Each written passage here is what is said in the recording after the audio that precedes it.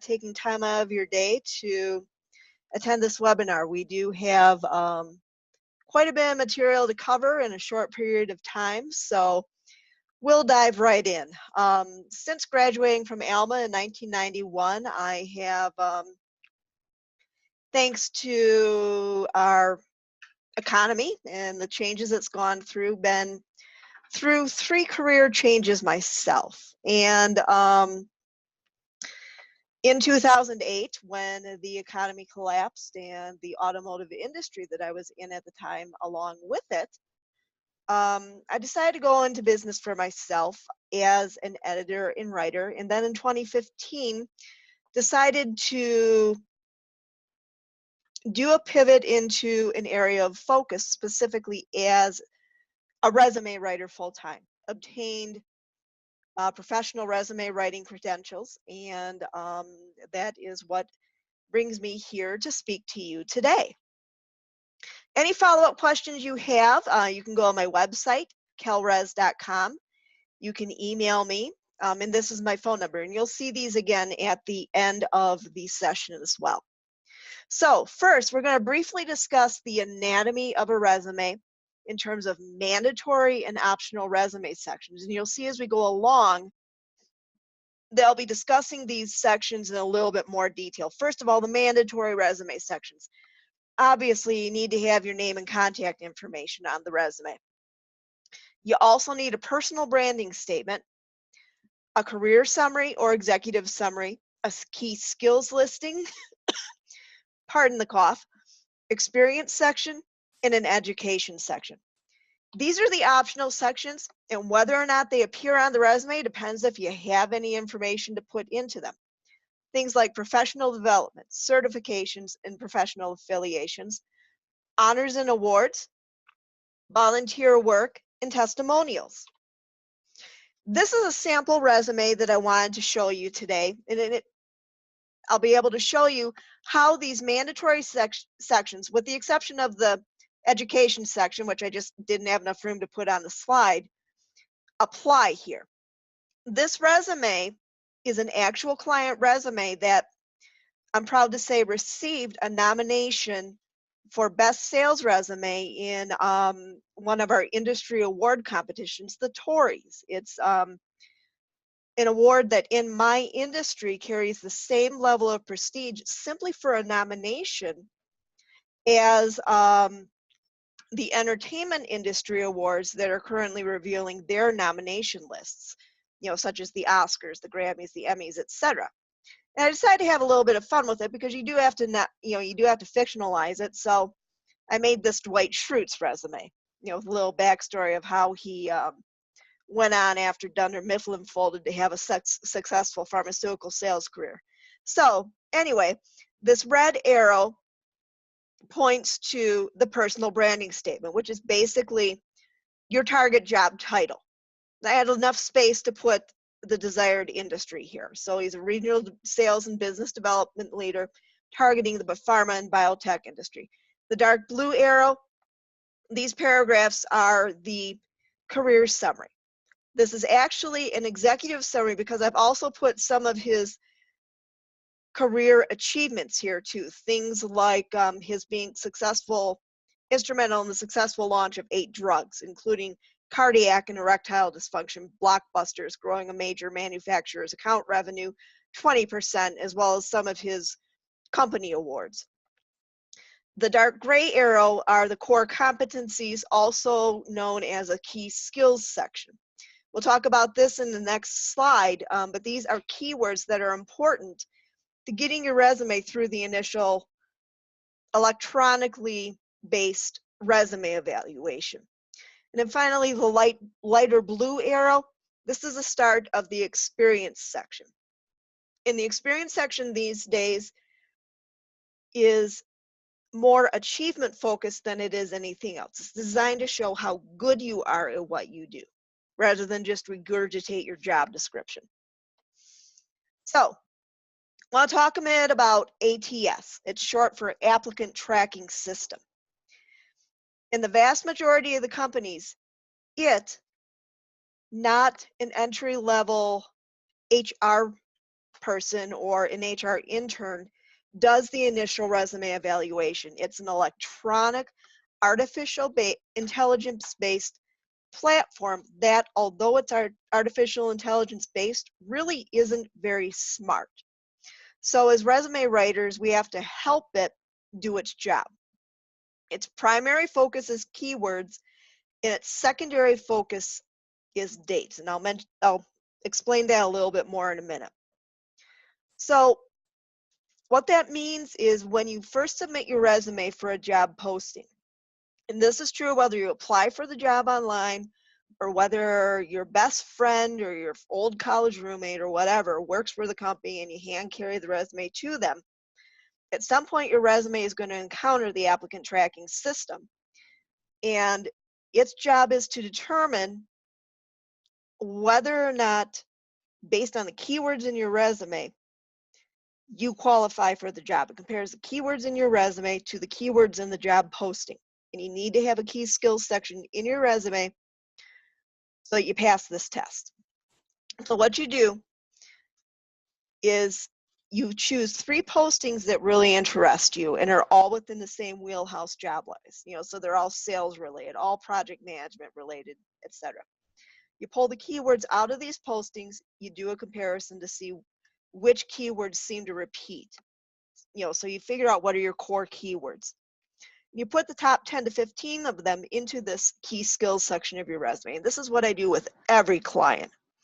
This sets up your core keywords and primes your resume so that it will get through the applicant tracking system for 95% to 99% of the job postings. You do still, for a very small percentage, have to tweak your resume and adjust the keywords in it, but this keeps you from having to write a separate resume for every single job posting, and means that you can instead tailor your cover letter to each posting instead.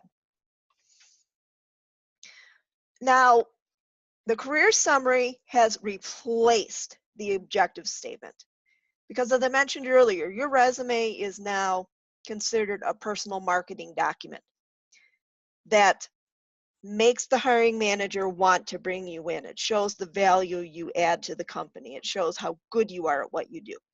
The objective statement always told a company what you want from them. An example objective statement from this sample resume might have been something like executive level sales professional with more than 20 years of experience seeking progressive roles with small to medium biotech and pharmaceutical sales firms. So here, Mr. Employer, this is what I want from you. How much better, how much more dynamic and appealing is this career summary? Hey, this is what I've done in the past. This is what I might be able to do for your company. I've managed up to 14 people in sales teams. I've handled budgets to $1.8 million. I've handled millions of dollars worth of marketing plans. Look at all these awards I've won. Look at these things I've done. This makes you want to pick up the phone and call this guy and have him come in for an interview. See the difference? And this is the secret sauce of a resume. Achievements. And this is where I do the most work with my clients. Because so many clients are just in this, I just do my job. I go in, I punch the clock, I do the work, I go home. I don't have achievements. And actually, everybody does. And the low-hanging fruits of things like awards and promotions. And I get that not everybody is in a career or works for a boss that recognizes good work. And so the majority of most resume achievements wind up being communicated in terms of problems you solved, specifically expressed in terms of the results you got by solving the problem. And this is how you transform your resume into a marketing document that shows how good you are at what you do. So almost every client I assign them homework. And no, it's not just the hangover from my teaching days. Um, this is an important piece of the puzzle. I ask them for every job in their resume to think of and write down enough of the story behind 2 or 3 challenges, or some people find it easier to think of problems that they solved in a given job for another person to understand what was going on. And then I have them write down the actions they took to solve the challenge or the problem. And then I ask them to share the results of their actions, and if at all possible, I ask them to communicate these results in terms of relevant numbers or figures. Sometimes that's money saved. Sometimes sometimes that's a time, an amount of time they were able to decrease something. Maybe it's a headcount reduction. Whatever the relevant number or figure is. And then I take that story and I condense it into a bullet point. And then I explain to the client, okay, all the other details in this story, when you're in an interview and you're asked a question that's germane to this situation, use the rest of these details as your answer to this question. And here's an example challenge action results exercise from my previous career as a buyer in the automotive industry. This actually was a couple of weeks after I started in a role at General Motors. I was approached by a Fortune 500 vendor who wanted to pass on what they said was a very large raw material price increase that would have added more than $2 million to the annual cost of what GM intended to be a flagship truck line that's still in production today. At the time was pre-production. And of course, that would have rolled into our selling price. And, I was brand new to the job. I hadn't selected a supplier to begin with, so I was in the dark. And I got the supplier to give, so my action was I got the supplier to give me a full breakdown of the old and new item costs, and I analyzed it and realized that what had happened was, the company had actually underquoted its labor.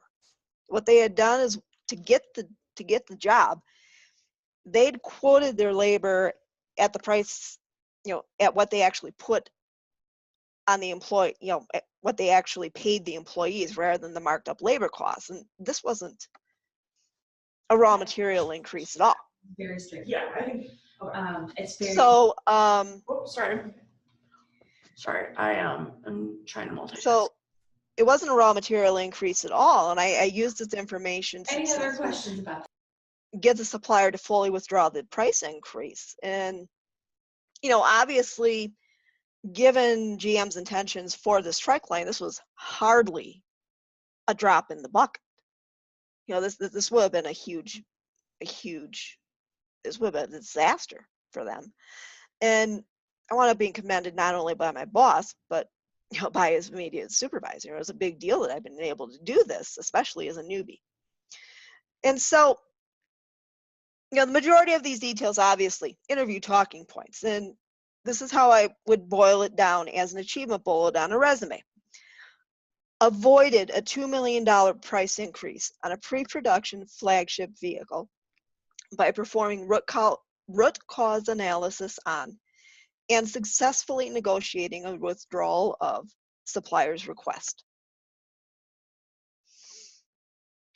Let's talk a little bit about the education section. If you are a new graduate or if you are an entry-level employee, then your education should be near the top of your resume. Between your key skills and your work experience. Once you've got 3 years or more of experience, then you move your education to the bottom of your resume. You should also at this point remove your GPA, in your school activities at this point, unless you received Latin honors, then you leave those on the resume, the Latin honors, that is. If you use a curriculum vitae, then you follow its format and conventions, and in the majority of the time in a CV, you keep the education near the top, no matter how experienced you are. Once you've passed the 5-year mark, remove your graduation year, and I'll explain more on that later. And in the education section, make sure you write the degree in your resume exactly as written on the diploma. For example, Bachelor of Arts in Psychology, or Bachelor of Science in Biology, or Bachelor of Business Administration, etc. Not colloquialisms like bachelor's degree, or bachelor's in psychology, or master's degree. Now, very quickly, the optional sections here. How you lay these out in terms of where you put them, pardon me, all on one line or on 2 lines or whatever, that's flexible. It all depends on the space you have available when you get down to that bottom part of your resume. Professional development is the training and the courses you've taken. Certifications are professional certifications tied to your career, like CPA or Certified Professional Resume Writer, or maybe Certified Financial Professional, or a real estate license or a medical license or something like that. Don't confuse professional certifications with the certificates that you get at the end of a training course. That's not a certification. That's just a piece of paper that says, hey, you took a course, you completed it. Affiliations are professional organizations you belong to. The honors and awards section is probably the most commonly confused one. Honors and awards are things that are recognitions you receive from independent organizations that are not your employer. Like if you win a Nobel Peace Prize, or if you are a journalist and you win a Pulitzer. Awards that you receive from an employer, you list those as achievements under the job you receive them in. And you limit the honors and awards section on your resume to the non-employment related awards. Volunteer and community leadership.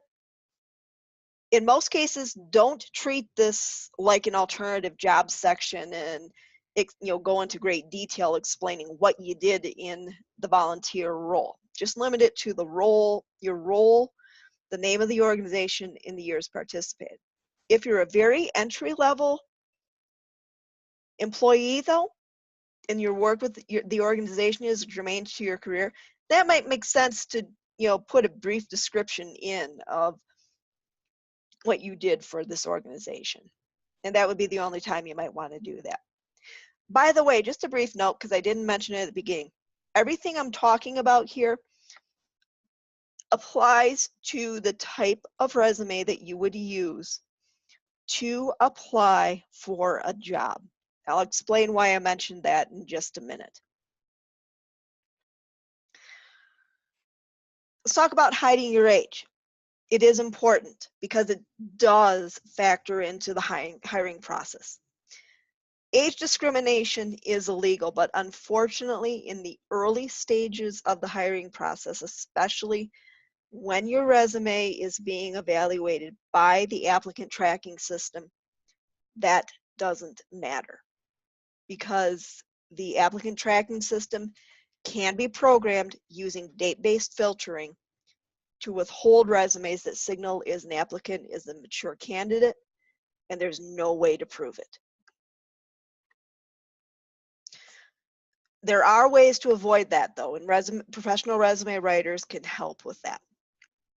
In the experience section, what you want to do is condense work that goes back to between 15 and 20 years ago, based on the year you started in the job, into a career note or an early experience section that doesn't include the years you worked. For jobs that you worked 20 years ago or longer, based on the year you started the job, leave them off the resume. Now, depending on your career history, you might have to bend this rule some. Obviously, if you're one of the few who've had the fortune to be with the same company for 25, 30 years, and most of that in 2 or 3 positions, you're going to have to be showing older experience. In the education section, I've mentioned this earlier, you're going to leave off the graduation year for any degree you received more than 5 years ago. for professional development and certifications, consider leaving off the year for any class or course taken more than 10 years ago, or consider not listing it at all. For instance, if at one time you were certified in COBOL or Fortran, nobody really uses those programming languages anyway, so there's really no point in listing it. But, if it's something that's evergreen, like Dale Carnegie, or Toastmasters or something like that, you might want to list it, but don't include the year. In terms of what a career note is versus early career, a career note is more a sentence style way to hide older experience. You might say something like early career as a sales manager with Acme Widgets. An early career section looks more like an experience section. You might use this where you have multiple roles with the same company in a shorter period of time. You might say like, VP of sales with Acme Widgets, director of sales, Acme Widgets, key account manager with Acme Widgets. A few other notes on resumes. I still deal with clients who I have to help work through the paradigm shift of getting them to believe that no, resumes do not have to dogmatically be one page. It's okay if there are 2 pages or even 3 pages. And here's how that works. Most new grads and entry-level candidates are going to be 1 to 2 pages. Most other career phases, 2 to 3 pages. And the reason why, again, is because a resume is now a marketing document, and it needs to be as long as it needs to be to tell your story. Very senior executives are occasionally longer than 3 pages. In that sample resume, you might have noticed the header said 2 of 4 pages. That's that's the amount of space I needed to tell this very accomplished sales professional story, and that was okay. Federal resumes, curriculum vitae, are usually longer than 3 pages unless they're entry level. In fact, for federal resumes and CVs, the majority of them are 5 to 6 pages long. There is one type of resume that should be strictly limited to 1 page, and that's the networking style resume. It sometimes is referred to as a personal brief, and that's the type of resume that you would hand out at a career fair or like in a job networking type group. By design, that type of resume is never meant to be submitted with an online job application. Again, the type of resume that we've been discussing this entire time is a type of resume you would submit to be used with a job application. Whether you're submitting the job online yourself or you're giving it to your friend who has connections with the company you want to work with, who is going to eventually submit it to HR to be considered for an application. There are a few sections on resumes that are extinct. Please do not ever list personal interests or hobbies on your resumes. It's okay to put those on LinkedIn, but not on a resume any longer. And also, please do not put references available on request in your resume anymore. References are required. So there's no need to tell the person that you're going to give them to them, because if you don't give them to them, you're not going to be hired anyway. Just make sure that you don't give the references to the person until they actually ask you for them, whether that's with the application or later in the candidacy process. You'll know when the time is right because it's when they'll ask for. So to sum up, and apologies to Jeff Foxworthy, you need a new resume if one or more of the following are true. If you don't have a personal branding statement, in other words, your target job title below your contact information, you need a new resume. You might need a new resume if you're using an objective statement instead of a career summary, or if you're lacking a key skills section, or if yours is very general. If you're using a bulleted summary of qualifications section, then you need a new resume. Same is true if your experience is all or mostly bullets, or if your job history reads like job descriptions. If your experience goes back more than 15 years, or heaven forbid, dates back to the mid-'80s or even the 1970s, you need a new resume. If your experience lacks quantifiable achievements and your education contains dates that go back more than 5 years, you probably need a new resume. If your resume contains personal interests and hobbies, or if it contains this line, references available upon request, you probably need a new one. And if you think that, no matter what, your resume has to be one page, guess what? You need a new one. Now, in the time we have left, we're going to spend a little bit of time talking about LinkedIn. There's a few differences between LinkedIn and resumes. First of all, LinkedIn is a lot more person-focused. You're encouraged to use I, me, and my in LinkedIn, for instance.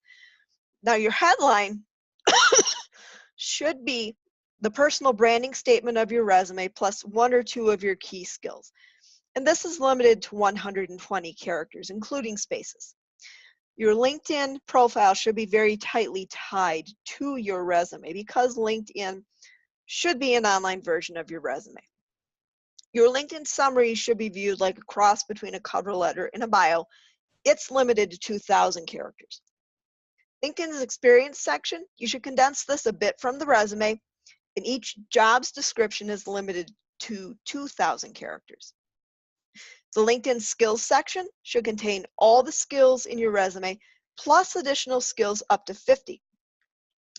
Just as a note, your connections can endorse your skills, and I'll explain more on this in a minute. Your LinkedIn educations, certifications, volunteer experience, and things like that, you're going to copy straight from your resume. And the LinkedIn courses section is where you normally would put the professional development in your resume. In terms of groups, you want to join at least 3 groups on LinkedIn. You can join groups related to your profession, personal interests, job search in your industry, and actually a lot of different areas, alumni groups, things like that. One benefit of being in the group, especially in a job seekers group, is that you can message fellow group members without using in-mail credits. And this is especially valuable if you're on a free account because that means you don't have to connect with the people first. There's a difference between recommendations and endorsements on LinkedIn. People commonly get these two things confused. Recommendations, you have to request from your connections. It's real similar to requesting an old-fashioned letter of recommendation. And I always advocate that if you request a recommendation, you offer to give one in return.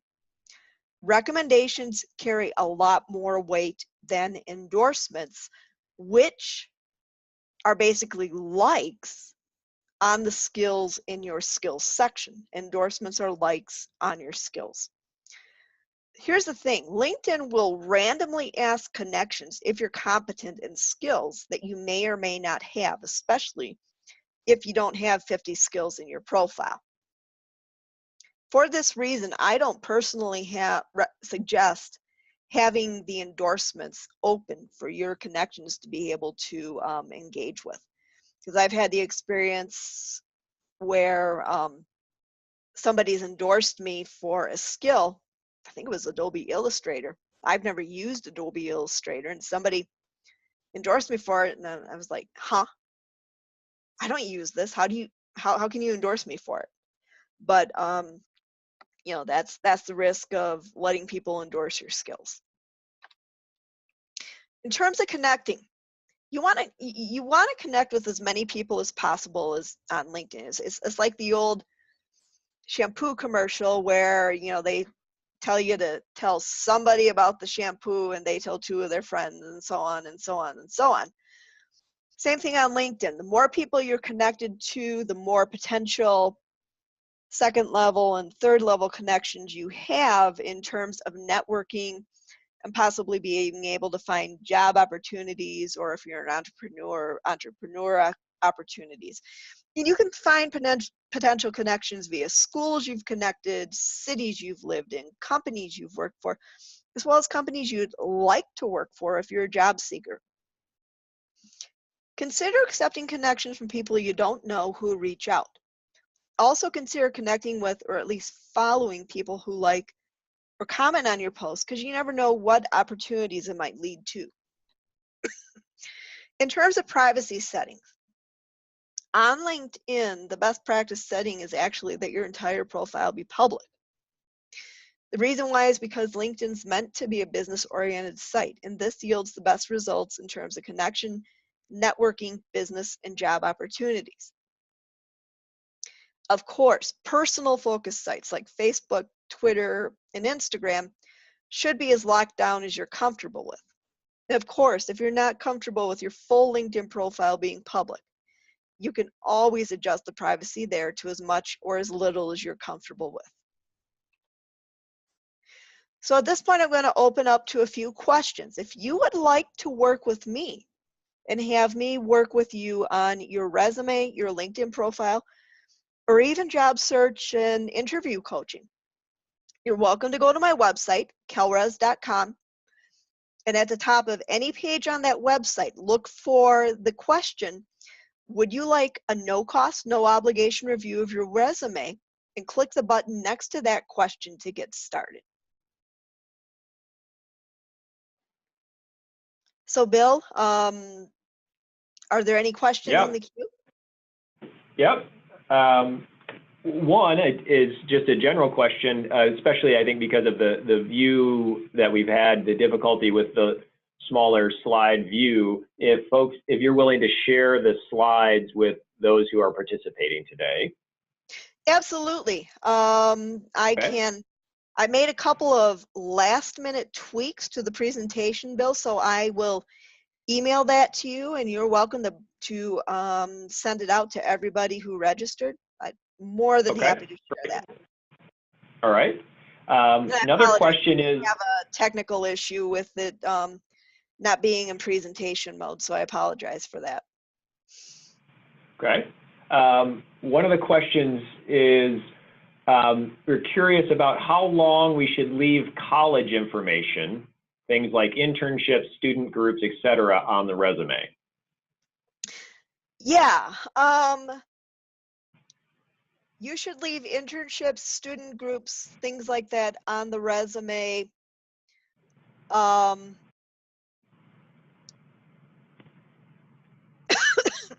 Pardon me. Roughly three to 5 years after you've graduated. Basically, the point at which you move your education from the top of the resume to the bottom is the point at which you start removing your internships and college groups and things like that from the resume. And I usually recommend you do that after you've, within 3 years after you've graduated. Now, if those groups were relevant to your career, then you can leave them on a couple of years longer. Good question, by the way. Another question is what is a CV? And CV, sure. CV is short for curriculum vitae. If you are a college professor, or if you are a scientific researcher, or if you are a doctor or a nurse, especially if you are heavy into research, this is a specialized type of career document that that you will use instead of a resume. And apologies, I'm gonna exit here and mute for a second. I'll be right back.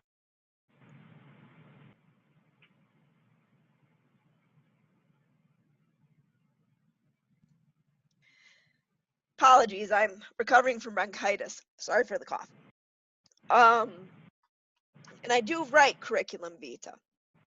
And it's just a very specialized type of career document. Most people don't use those. That said, in Europe and Australia, especially the UK and Australia, what people call a CV is what we call a resume, just one of the many idiosyncrasies between British English and American English.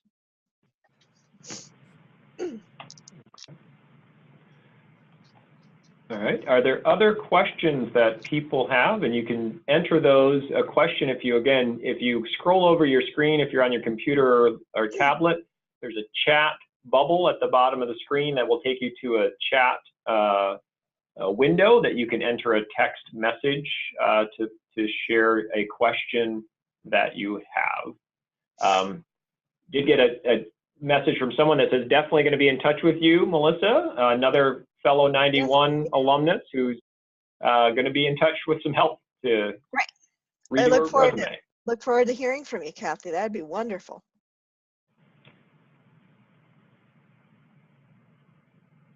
Okay. So And what is the best way?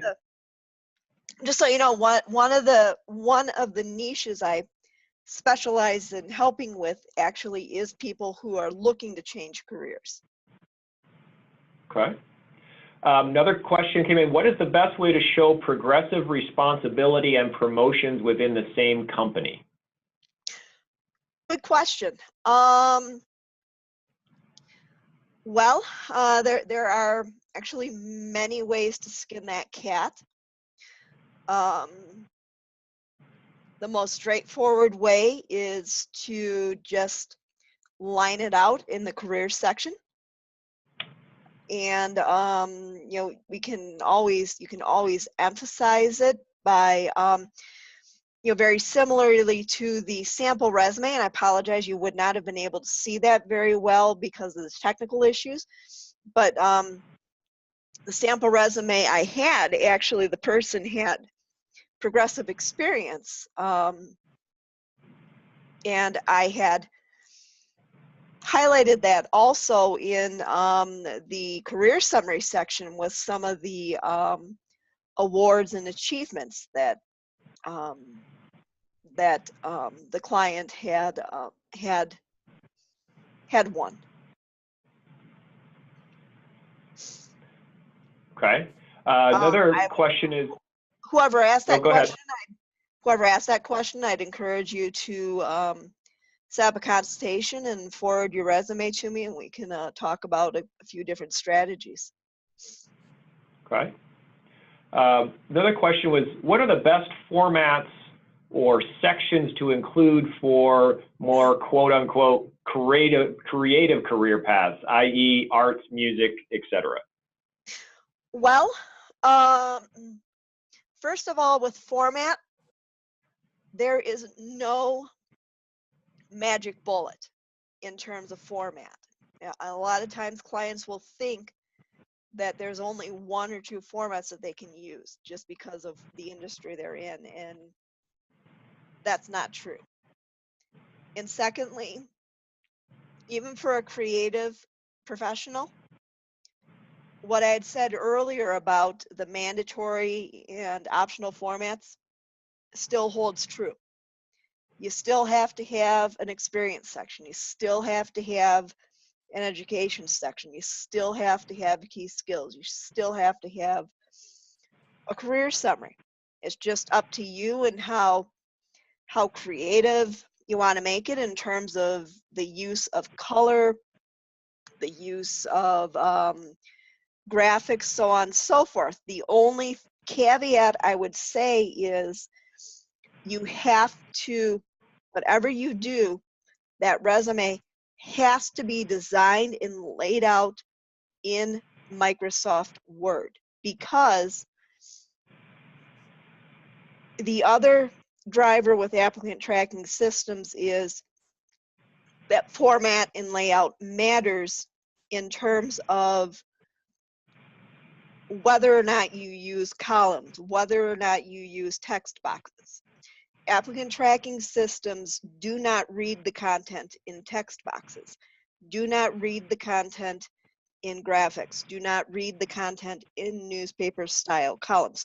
So if you are a creative professional and you have used Adobe Illustrator or Publisher or something like that to lay out your resume, and then you convert it to Word or you convert it to PDF, and you think that that resume is going to pass an applicant tracking system scan, you're wrong. Because what you've done is you've set yourself up for failure, because that's going to convert from Illustrator to PDF or Word into columns and text boxes, which the applicant tracking system doesn't read. And so it's going to skip over all that content and all those keywords. And your resume is going to be falsely discarded as not qualified for the job. So you have to start with Word as your base layout program. Now you can use a text box or use a graphic. Just make sure that you either A, do not put important keywords in that text box or in that graphic, or that you repeat that keyword somewhere else in the document where the applicant tracking system is going to be able to pick it up. Okay. Related to the ATS filtering, there's a question about, is there filtering, is there best certain font styles or sizes that matter or work best with those? Nope. Okay. I've seen some information floating around on the internet that says only ever use this font or don't ever use this font, and that's just not true. Okay. Now that said,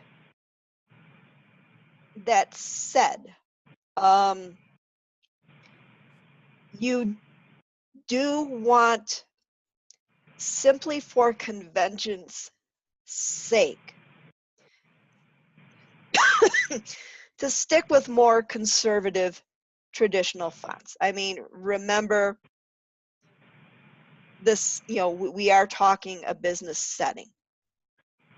I mean, I remember one resume that really stands out in my mind was this young lady who was applying for a preschool teacher. So she thought that it would be a great idea to develop a fun resume, and her idea of a fun resume was to make every other letter a different color throughout the resume.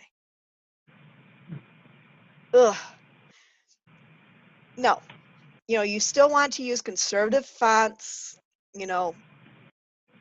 Using different color of text is okay, but have a pattern, have a method to the madness.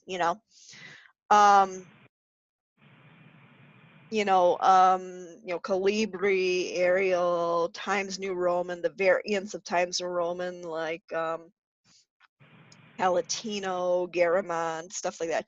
Those all work really well, but there isn't one font that you should never ever use or one font that you should always use, stuff like that. No, not necessary. Okay. I think we've got time for one more question, and then I know Sure. that you had offered if people have additional questions, they can follow up with you directly.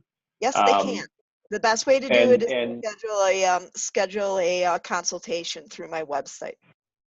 Okay, so question is, how do you showcase skills you may have learned through your education but have not had a chance to practice in your work?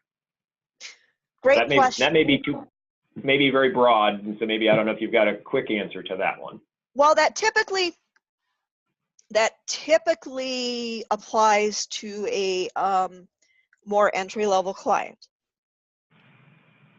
And what you would do in that case is you would, in your education section, you would make a list of your core classes, for your major. And the applicant tracking system would read that as additional keywords, skills-related keywords. Okay.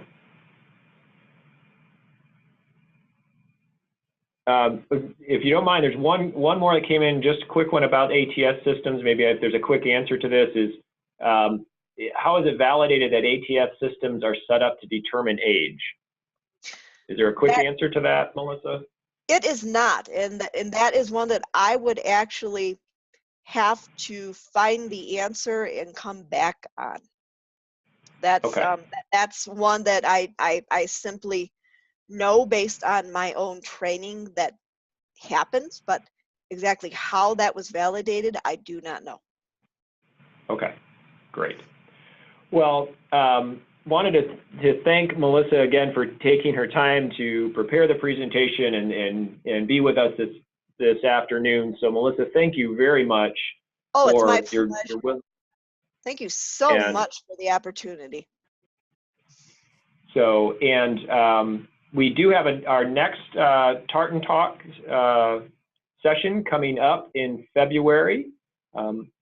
I think we have a slide, Melissa, I think we have a slide that contains that information on the next slide. We right? do. I'll just do a readout since nobody can see the slides anyway. Okay, there we go. So, Yeah, yep, we've got Jennifer I need to put Branish. because the you go ahead and read it out because the Yep, the bar with all the controls is right in my way.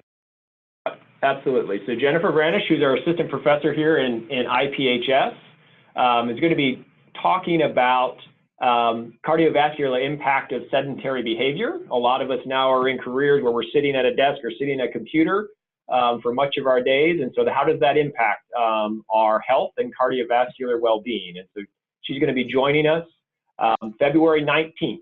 So mark your calendar, and we'll be getting some advertisement about that, but I hope you'll be able to join us for that. Again, you can find all of the prior Tartan Talks, and as well as this one, once we get the recording downloaded, on our Tartan Talks archive, which is on the alumni office website at www.elma.edu/alumni, and you'll be able to find that. So thanks again for joining us. Thanks again, Melissa, for the information, and we look forward to seeing everyone in the future. Bye, everybody.